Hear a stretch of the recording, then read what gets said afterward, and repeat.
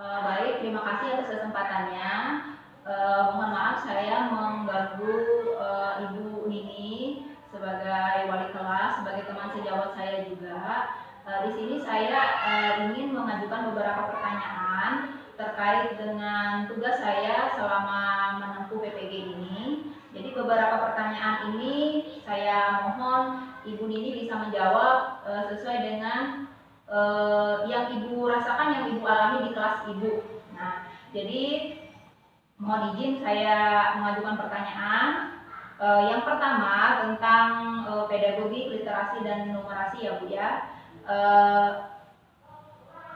Yang pertama pertanyaannya adalah bagaimana tingkat minat baca di kelas Ibu? Apakah minat bacanya di kelas Ibu itu sudah bagus atau memang masih kurang, Bu? Ya, masih kurang. Masih kurang ya, Bu ya? Ya. Kalau misalnya masih kurang minat bacanya, kira-kira menurut Ibu faktor yang menyebabkan minat baca anak di kelas itu kurang kenapa ya, Bu ya? Kita kan kelas 1 Ya. Jadi anak-anak masih belum semuanya mengenal huruf. Itu kendalanya. Jadi yang paling dominan di sini karena kebanyakan siswa masih belum mengenal huruf ya. Karena mereka belum mengenal huruf, otomatis mereka juga tidak bisa merangkai kata dan membaca.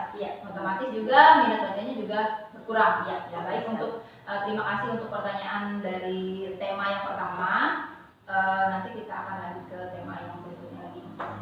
Baik, untuk pertanyaan yang kedua, ini tentang kesulitan belajar siswa, khususnya siswa yang misalnya berkebutuhan khusus ya Bu ya. Apakah di kelas Ibu itu ada siswa berkebutuhan khusus? Ada. Kalau misalnya ada, bagaimana cara Ibu mengatur waktu, membagi waktu untuk mengajar siswa ini, sedangkan kan yang lain mungkin dia berbeda ya Bu ya? Ya, benar. Bagaimana caranya Bu? Nah, itu yang menjadi pergumulan selama ini. Saya sebut namanya ya.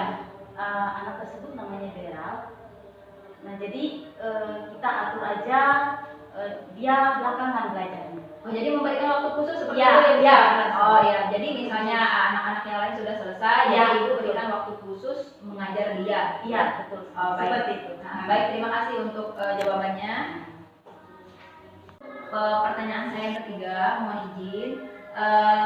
Bagaimana membangun hubungan atau relasi yang baik antara kita sebagai pendidik atau Ibu sebagai pendidik dengan wali siswanya, orang tua siswanya, Bu?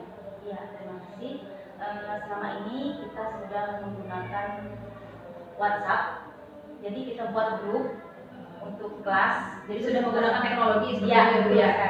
Nah, kita gunakan itu, cuman ada kendala untuk orang tua siswa yang masih belum punya HP. Ya, seperti itu. Jadi kita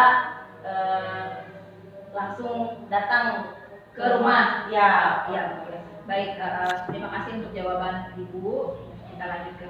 Baik, untuk yang keempat Bu, saya mau bertanya apakah di kelas Ibu sudah memanfaatkan model-model pembelajaran inovatif yang berdasarkan karakteristik dari peserta didik itu sendiri? Ya, terima kasih. Untuk saat ini masih belum. Masih belum ya Bu ya? Karena memang kelasnya kelas 1 ya Bu? Ya, benar. Ya baik. Terima kasih Bu. Pertanyaan selanjutnya ini terkait dengan literasi numerasi ya Bu ya. Kemudian ada miskonsepsi juga dan soal hot. Yang saya tanyakan, media apa saja yang Ibu gunakan untuk pemanfaatan literasi di bukan di sekolah, di kelas Ibu? Ya, terima kasih. Selama ini kita memang ada di sekolah media itu sistem tempel. Huruf-huruf yang sudah disediakan kita tempel di dinding. Ya. Dan saat ini kita sedang kembangkan itu yang ada aplikasi dari handphone. Nanti peserta didik langsung bisa tekan langsung seperti itu. Misalnya huruf hidup langsung ditekan seperti itu. Langsung dia bisa mengenal dan melihat sendiri. Ya. Oh ini huruf hidup, oh ini huruf mati. Ya, benar sekali. Jadi sudah menggunakan teknologi berarti? Ya, betul sekali. Kita sudah mencoba. Ya, terima kasih untuk baik, pertanyaan selanjutnya masih terkait dengan teknologi. Pemanfaatan teknologi apa yang pernah Ibu gunakan di kelas Ibu? Ya, terima kasih. Kami sudah menggunakan handphone. Setelah itu kita juga pernah menggunakan laptop.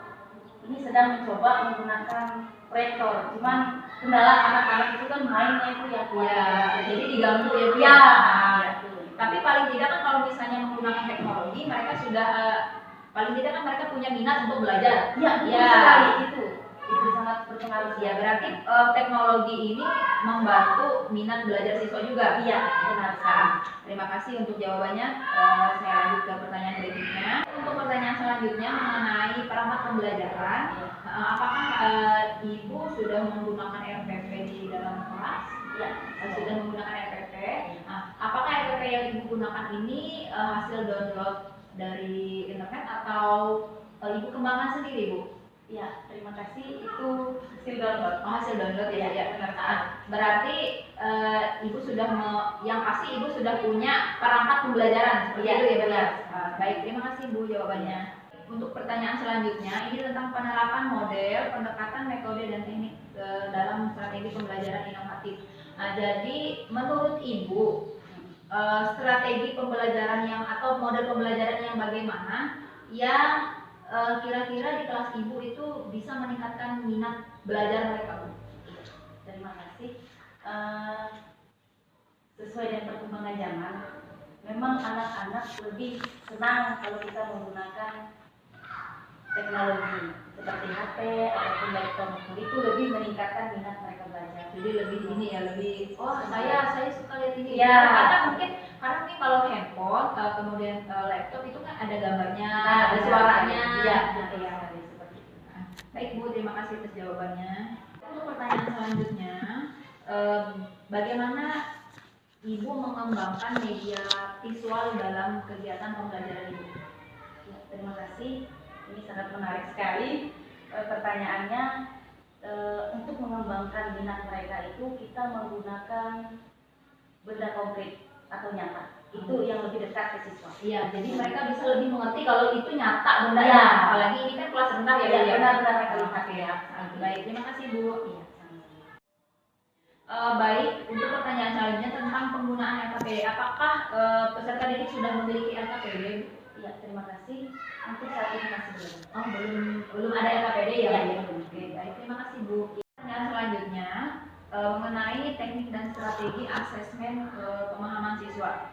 Bagaimana cara Ibu mengetahui tingkat pemahaman siswa, Bu? Setelah memberikan materi, bagaimana cara Ibu mengetahui tingkat pemahaman siswa itu sudah sampai di mana? Ya, dengan asesmen. Melalui asesmen? Ya, dengan penilaian seperti itu. Jadi dengan siswa menjawab, kita sudah tahu mereka sampai mana pemahaman mereka dengan materi yang sudah kita ajarkan. Baik, kalau misalnya melalui asesmen, asesmen yang seperti apa Bu yang digunakan? Ya, bisa tertulis, bisa juga lisan. Oh, berarti tes ya? Ya. Tes tertulis atau juga bisa juga menggunakan tes lisan. Ya. Baik, terima kasih Bu. Terkait pertanyaan saya selanjutnya ini tentang asesmen berbasis HOT. Apakah di kelas Ibu sudah menerapkan pembelajaran berbasis HOT? Untuk ini belum ya Bu ya. Nah, kalau misalnya belum, kira-kira kendala apa yang Ibu rasakan dalam menerapkan pembelajaran HOT? Ya, terima kasih. Kendalanya karena persekali didik itu berbeda-beda. Jadi tingkat kognitif mereka masih rendah. Ya, berarti tidak bisa kita menggunakan HOT karena memang tingkat kognitif siswa ini yang bervariasi itu ya Bu ya. Iya. Baik, terima kasih Bu jawabannya. Untuk pertanyaan selanjutnya Bu, ini tentang karakteristik siswa yang dapat meningkatkan minat belajar mereka. Jadi pertanyaan saya, apakah selama ini proses evaluasi pembelajaran itu di kelas Ibu sudah memperhatikan karakteristik dari siswa? Tentunya karakteristik siswa itu kan beragam Bu ya. Apakah sudah memperhatikan karakteristik siswa dalam memberikan evaluasi? Ya, betul sekali, sudah.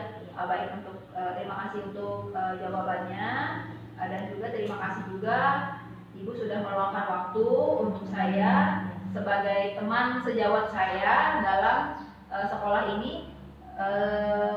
Sekali lagi saya ucapkan terima kasih dan selamat siang.